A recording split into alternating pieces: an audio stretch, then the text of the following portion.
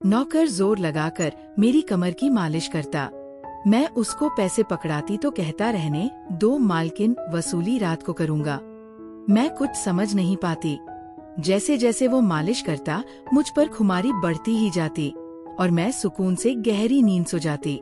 लेकिन एक रात मुझे नींद नहीं आई। मेरे तो होश उड़ गए जब उस रात मालिश करते करते उसने मेरा नाम राधिका है।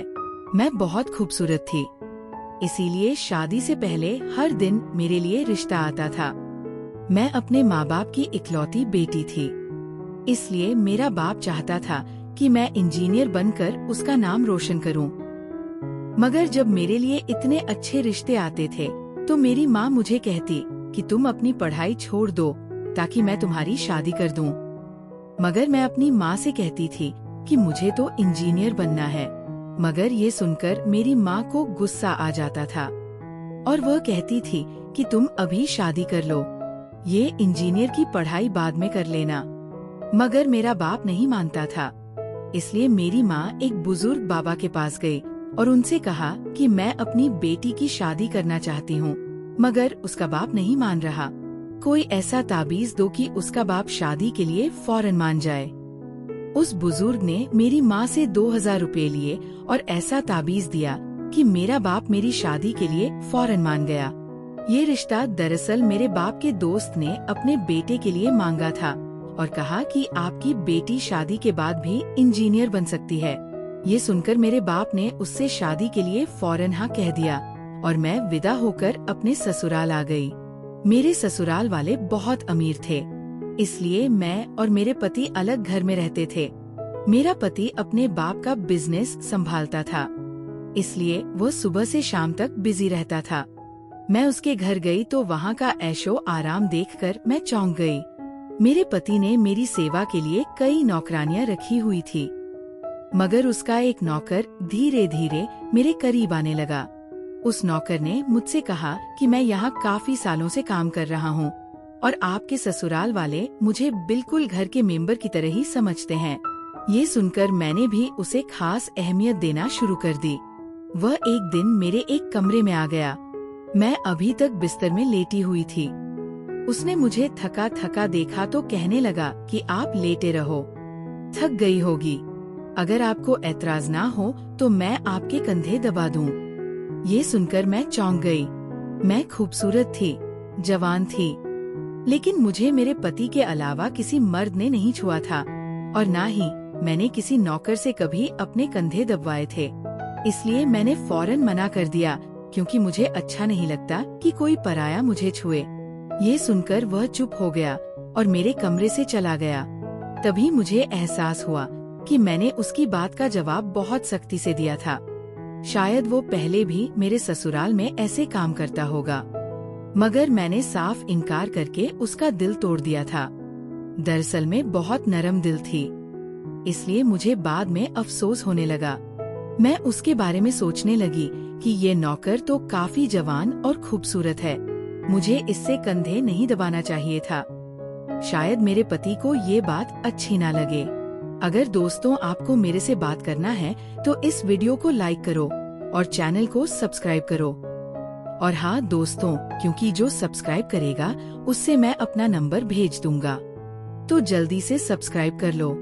अगले दिन भी ऐसा हुआ। नौकर ने यही बात मुझे दोबारा कहा। मैं उस दिन बहुत थकी हुई थी, इसीलिए मैंने अपने कंधे आगे कर लिए और उससे कहा कि तुम मेरे कंधे दबा दो। ये सुनकर वो खुश हो गया और उसने मेरे कंधे दबाने शुरू कर दिए। वह इतने धीरे धीरे कंधे दबा रहा था कि मुझे फिर से नींद आने लगी। ये देखकर वो नौकर कहने लगा, मालकिन आपको नींद आ रही है, आप बिस्तर पर लेट जाओ, मैं आपके कंधे दबाता रहूंगा। मैं जैसे मदहोशी में थी, इसलिए फौरन बिस्तर पर लेट गई। वह नौकर बिस्तर पर आ गया और मेरे कंधे दबाने लगा। उसके बाद मुझे होश नहीं रहा और मैं सो गई। मुझे नहीं पता था कि मैं कितने घंटे सोती रही। मेरी आँख खुली तो मैंने देखा कि वो नौकर अभी तक मेरे कंधे दबा रहा था। ये देखकर मुझे उस पर तरस आ गया और मैंने हाथ बढ़ाकर अपना पर्स खोली और कुछ नोट निकाले और उस नौकर के हाथ में रख दिए। ये देखकर वो शर्माने लगा। मालकिन, आप मुझे पैसे देकर शर्मिंदा कर रही है। मेरी सैलरी अच्छी है, मुझे इन पैसों की जरूरत नहीं है। ये सुनकर मैंने उससे कहा कि ये पैसे तुम्हारी मेहनत के हैं। ये सुनकर उस नौकर ने मुझसे वह पैसे लिए और मेरे कमरे से निकल गया। मेरा पति रात को देर से आता था, इसलिए मैंने शाम को फिर उस नौकर को अपने कमरे में बुलाया और उसे कहा कि तुम्हारी मालिश से मुझे बहुत अच्छी नींद आती है, इसलिए जब तक मेरा पति घर नहीं आ जाता तब तक तुम मेरे कमरे में ही रहना। शायद नौकर को पैसे का लालच आ गया था, इसलिए वह मेरी बात सुनकर खुश हो गया और कहने लगा, मैं तो आपका मामूली सा नौकर हूँ, जैसा आप कहोगे मैं वैसा ही करूँगा।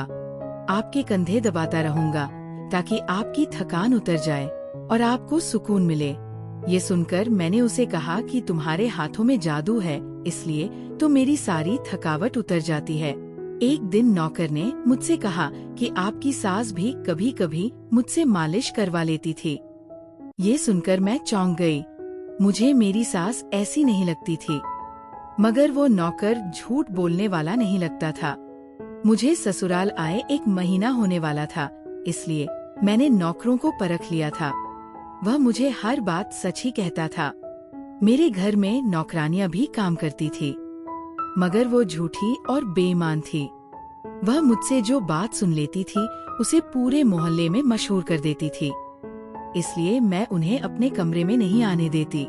ये नौकर इस घर का पुराना नौकर था, इसलिए मैं उस पर भरोसा करती थी।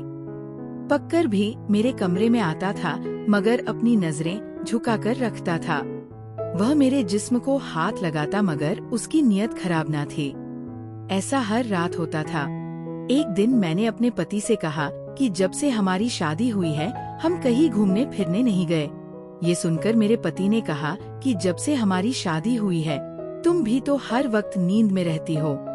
मैं रात को घर आता हूँ तो तुम गहरी नींद में होती हो। दिन को मेरे पास वक्त नहीं होता और रात को मेरे घर आने से पहले तुम सो जाती हो। ये सुनकर मैं अपने दिल में सोचने लगी कि ये सब नौकर की मालिश की वजह से हो रहा था। मेरे पति की शिकायत सही थी। मुझे रोज रात को अपने पति के लिए जागना चाहिए था। उस दिन मैंने फैसला किया कि आज रात जब नौकर मुझे मालिश के लिए कहेगा तो मैं इनकार करूंगी, ताकि मुझे नींद ना आए और मैं अपने पति के आने तक जागती रहूं। शाम हुई तो मैंने नहाकर खुद को खूब तैयार किया और दुल्हन बनकर बिस्तर पर बैठ गई। नौकर मेरे कमरे में आया तो उसने मुझे मालिश के लिए पूछा, मगर मैंने साफ इनकार कर दिया। मेरी बात सुनकर वो कुछ उदास हो गया और वापस चला गया। कुछ देर बाद नौकर मेरे कमरे में आया तो उसके हाथ में चाय का गिलास था। मैंने खाना नहीं खाया था, इसलिए फौरन चाय पी ली और अपने पति का इंतजार करने लगी, मगर मुझे नींद आ गई और मैं सो गई। सुबह मैं जागी तो नौकर फौरन मेरे कमरे में आया और कहने लगा, मालकिन आपके लिए नाश्ता लेकर आऊं। ये सुनकर मैंने अपने पति के बिस्तर की तरफ देखा, वह खाली था। ये देखकर नौकर कहने लगा, मालिक को जरूरी काम था। वह नाश्ता करके चले गए। ये सुनकर मेरा मूड खराब हो गया। मैं रात भर उसका इंतजार करती रही, मगर वो सुबह होते ही ऑफिस चला गया। मैंने नौकर से कहा कि मेरे लिए चाय ले आओ। नौकर कमरे से बाहर निकल गया। तभी मैंने अपने जिस्म की तरफ देखा तो चौंक गई। रात को मैंने दुल्हन का कपड़ा पहना हुआ था, मगर अब मेरे जिस्म पर कोई और कपड़े थे, मगर मैंने अभी जेवरात पहने हुए थे। मेरा सर भारी होने लगा। मुझे ये सोचकर चक्कर आने लगे कि रात को मेरे साथ क्या हुआ था और मेरे कमरे में कौन था और उसने मेरे साथ क्या किया था, मगर मुझे कुछ याद न आया। मेरा दिल घबराने लगा और मैंने अपना सर पकड़ लिया।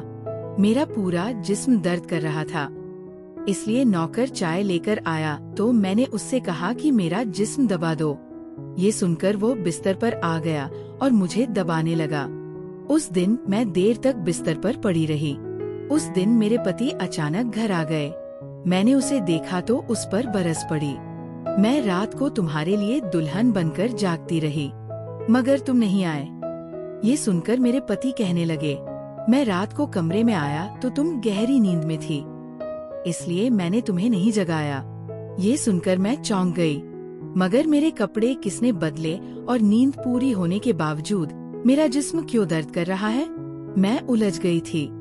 मेरे पति कहने लगे, अच्छा ठीक है, मूड खराब करने की जरूरत नहीं है। मुझे आज रात एक काम के सिलसिले में बाहर जाना है, इसलिए देर हो जाएगी। मगर अभी मेरे पास 3 से 4 घंटा फ्री है। अगर तुम कहो तो हम अभी कहीं बाहर जा सकते हैं। ये सुनकर मेरा मूड खुद ब खुद ठीक हो गया और मैं सारी रात वाली बातों को भूलकर खुश हो गई। शादी के बाद ये पहला मौका था कि मैं अपने पति के साथ कहीं बाहर जा रही थी। मैं जल्दी जल्दी तैयार होने लगी, जबकि मेरा पति गाड़ी में बैठकर मेरा इंतजार करने लगा। उस वक्त नौकर मेरे कमरे में आ गया और मुझसे पूछा, मालकिन आप कहीं जा रही हैं क्या? ये सुनकर मैंने उससे कहा कि हाँ, मगर तुम क्यों पूछ रहे हो?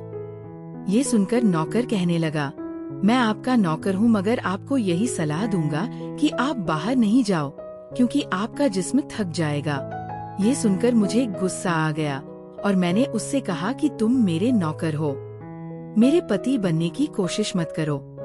ये कहकर मैं बाहर चली गई। ना जाने जाने मुझे किस बात पर गुस्सा आ गया था। मैंने उस नौकर को खूब खरी सुना दी। वह भी अपनी औकात जान गया था। तभी तो मैं जब घर आई तो वह मेरे सामने नहीं आया। मेरे पति मुझे गेट पर उतारकर वापस बाहर जा चुके थे, जबकि मैं अंदर आई तो मेरा सारा जिस्म बुरी तरह दुख रहा था। शायद मेरे जिस्म को मालिश की आदत हो गई थी। तभी तो रात होते ही वो मालिश के लिए तड़पने लगता था।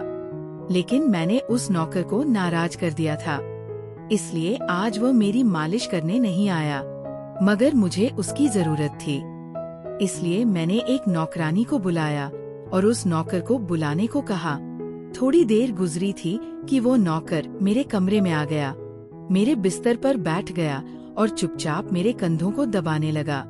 ये देखकर मुझे शर्मिंदगी हुई। मैंने उसे इतना बुरा भला कहा, मगर उसने मेरी बात को बिल्कुल बुरा नहीं माना। मैंने उसे चुप देखा तो कहने लगी, मुझे उस वक्त पता नहीं क्या हो गया था, इसलिए मैंने तुम्हें खरी सुनाई। मैं इतने दिनों के बाद अपने पति के साथ कहीं बाहर जा रही थी, इसलिए मुझे तुम्हारा टोकना अच्छा नहीं लगा, इसीलिए मुझे माफ कर दो।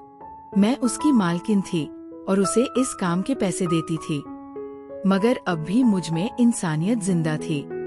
इसलिए मैंने मालिक होकर भी नौकर से माफी मांग ली, क्योंकि वो भले ही नौकर था मगर वह एक इंसान भी तो था।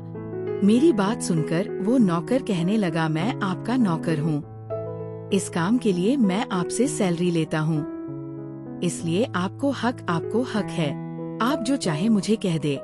ये सुनकर अब मैं चुप हो गई, मगर मैंने सोच लिया था कि आइंदा इससे ऐसा कुछ नहीं कहूँगी। वह उस रात देर तक मेरी मालिश करता रहा और फिर मुझे नींद आ गई। मुझे नहीं पता था कि नौकर मेरे कमरे से कब निकला और कब मेरे पति घर पर आए। मैं सुबह उठी तो मेरा पति बाथरूम में था और बाहर जाने के लिए तैयार हो रहा था। मैं उसे हैरानी से देखने लगी। पता नहीं आजकल मुझे क्या हो रहा था।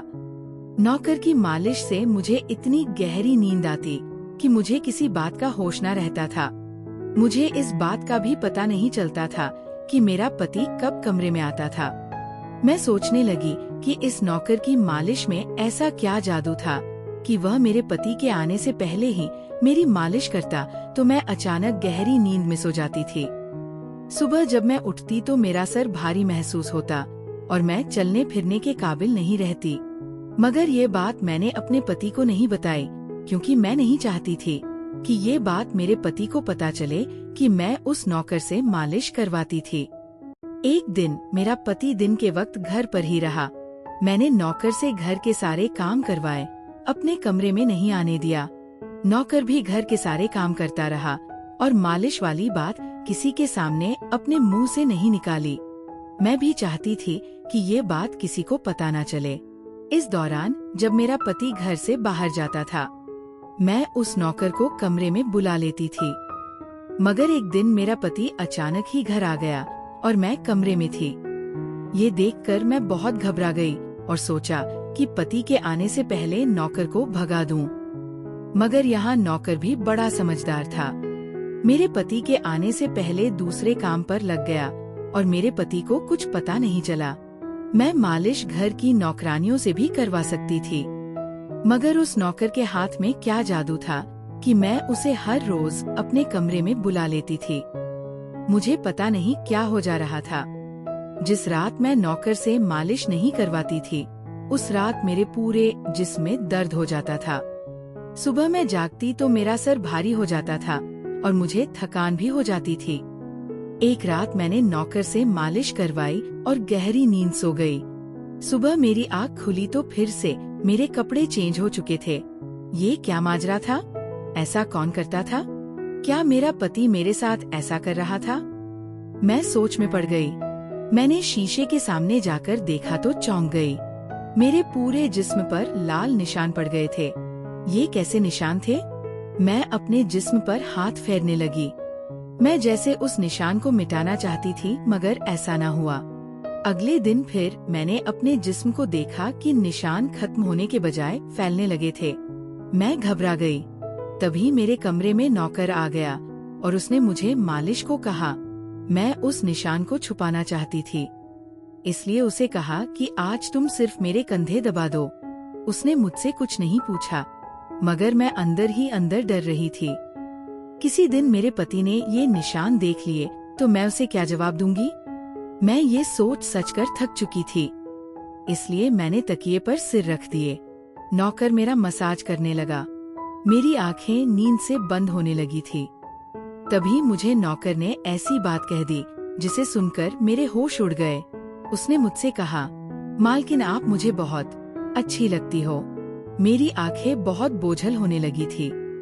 मुझे उसकी बात समझ नहीं आई और फिर मैं गहरी नींद सो गई। सुबह मेरी आँख खुली तो मेरा पति भी बिस्तर में लेटा हुआ था। मेरा सर भारी हो रहा था और जिस्म दर्द से छूट रहा था, मगर उसके बावजूद मैं अपने पति के करीब गई और उसे धीरे से उस निशान के बारे में बता दिया। मैंने सोचा कि ये निशान बढ़ रहे थे, इसलिए मुझे ये बात अपने पति को बता देनी चाहिए। ये सुनकर मेरे पति ने मेरे जिस्म से कपड़ा हटाया तो वो उछल पड़ा। वह मुझसे दूर हो गया और कहने लगा, तुमने मुझे धोखा दिया है, बेवफाई की है और तुम्हें उसी की सजा मिली है। ये कोई बीमारी नहीं है, बल्कि तुम्हारा गुनाह है। मुझ में क्या कमी थी जो तुमने दूसरा मर्द तलाश कर लिया? मैं काम में बिजी था, मर तो नहीं गया था कि तुमने एक और चक्कर चला लिया। ये सुनकर मैं हक्का बक्का रह गई तरगी। मैंने उससे कहा कि यह आप कैसी बातें कर रहे हैं, मैं बेकसूर हूँ। मगर मेरा पति हंसने लगा और कहने लगा, ये निशान बता रहे हैं कि तुम गुनहगार हो, इसीलिए मेरे घर से निकल जाओ। मैं तुम्हें तलाक के पेपर भेज दूंगा। उसने मुझे धक्के मार मार कर घर से निकाल दिया। मैं रोते हुए अपने माँ बाप के घर आ गई और उन्हें अपनी बेगुनाही का यकीन दिलाया। वह मेरे अपने थे, इसलिए उन्होंने यकीन कर लिया। उन्होंने कहा कि वह मेरे पति से बात करने जाएंगे, मगर उनके जाने से पहले ही तलाक के कागज आ गए और मेरी हंसती मुस्कुराती दुनिया उजड़ गई। मैं इसका जिम्मेदार किसको ठहराती? कोई भी तो नहीं था। मैं कई दिनों तक रोती रही। मुझे ऐसा लगने लगा था जैसे मैं मरने वाली थी। एक दिन मेरी माँ मेरे कमरे में आई और कहने लगी कि तुमसे कोई मिलने आया है। मैं भाग कर गई कि शायद मेरे पति आए हो, उसे मेरी बेगुनाही का एहसास हो गया हो। मगर वहाँ मेरा पति नहीं था, बल्कि वही नौकर था जो उसके घर काम करता था। मैंने उसे आने का कारण पूछा तो वह कहने लगा, मैं आपके उन निशानों के बारे में जानता हूँ। ये सुनकर मैं चौंक गई। मैंने उसको कसकर पकड़ा और उसके शर्ट का बटन एक झटके से खोल दिया। मुझे अब समझ आया कि मेरे पति ने मुझ पर इतने गंदे इल्जाम क्यों लगाए थे। ये कहकर मैंने नौकर के सीने पर मुक्के मारने शुरू कर दिए। मैंने कहा, ये निशान मेरे जिस्म पर कैसे आए? तुमने मालिश के बहाने मेरे साथ क्या क्या किया था? मुझे सच सच बताओ।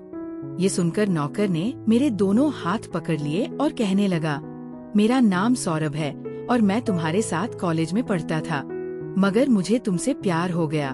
मैं भी इंजीनियर बनना चाहता था और मैंने सोचा था कि जब हम दोनों इंजीनियर बन जाएंगे तो मैं तुम्हारे बाप से तुम्हारा हाथ मांग लूंगा। मगर एक दिन तुम्हारी सहेली की जुबानी मुझे पता चला कि तुम्हारी माँ तुम्हारी शादी जल्द करना चाहती है, इसलिए मैंने डरकर तुम्हारे घर रिश्ता भेजा। मगर तुम्हारे बाप ने इनकार कर दिया और कहा कि मैं अपनी बेटी की शादी तब करूंगा जब वो इंजीनियर बन जाएगी। इसलिए मैं टेंशन फ्री होकर अपनी पढ़ाई करने लगा। मुझे 1 हफ्ते के लिए अपने कजिन की शादी के लिए शहर से बाहर जाना पड़ा। तभी तुम्हारी शादी हो गई। वह ये सब मुझसे कह रहा था और मैं चुपचाप उसे देख रही थी। जब मैं वापस आया तो मेरी मोहब्बत किसी और की दुल्हन बन चुकी थी। मैं तुम्हारे प्यार और दीवानगी में तुम्हारे ही घर का नौकर बन गया ताकि मैं तुम्हारे करीब रह सकूं। मैं तुम्हारे करीब आना चाहता था, इसलिए मालिश के बहाने तुम्हारे कमरे में आ जाता था और रात को तुम्हारी चाय में बेहोशी की दवा मिला देता था ताकि तुम सोती रहो और तुम्हारा पति तुम्हारे करीब ना आ सके, क्योंकि तुम मेरी थी। मैं तुम्हें किसी और के करीब नहीं देख सकता था। ये सुनकर मैं हक्का बक्का रह गई। क्या तुमने मेरे साथ कभी कुछ गलत किया? ये सुनकर उसने मेरा हाथ अपने सर पर रख लिया और कहा, मैं तुमसे प्यार करता था, इसलिए तुम्हारी इजाजत के बगैर मैं तुम्हारे साथ कुछ नहीं करना चाहता था। ये सुनकर मैंने उस निशान की तरफ इशारा किया जो हम दोनों के जिस्म पर थे। ये सुनकर वो हंस दिया और कहा कि मैं इंजीनियर हूँ और ये सिर्फ इन्फेक्शन है। ये मैंने इसीलिए किया ताकि तुम्हारे पति को हम दोनों के ऊपर शक हो जाए। ये कहकर उसने मुझसे माफी मांग ली और मैंने पूरे 1 साल उसे सजा देने के बाद माफ कर दिया और फिर उसके साथ शादी कर ली। तो मेरे प्यारे दोस्तों, ये थी हमारी आज की छोटी सी कहानी का पार्ट 1। आपको ये कहानी कैसी लगी कमेंट करके जरूर बताएं। अगर आपको ये कहानी पसंद आई हो तो इसे लाइक करें और अपने दोस्तों के साथ शेयर करें। अगर आप ऐसी ही और भी इंटरेस्टिंग और रोमांटिक कहानियां सुनना चाहते हो तो चैनल को सब्सक्राइब जरूर कर लें और बेल आइकॉन ऑन कर लें ताकि आपको मेरी हर कहानी समय पर मिल सके। क्या होगा? अब आगे क्या राधिका सौरभ के प्यार को स्वीकार करेगी या कुछ और बड़ा ट्विस्ट आएगा? ये जानने के लिए कल मिलेंगे पार्ट 2 के साथ। धन्यवाद।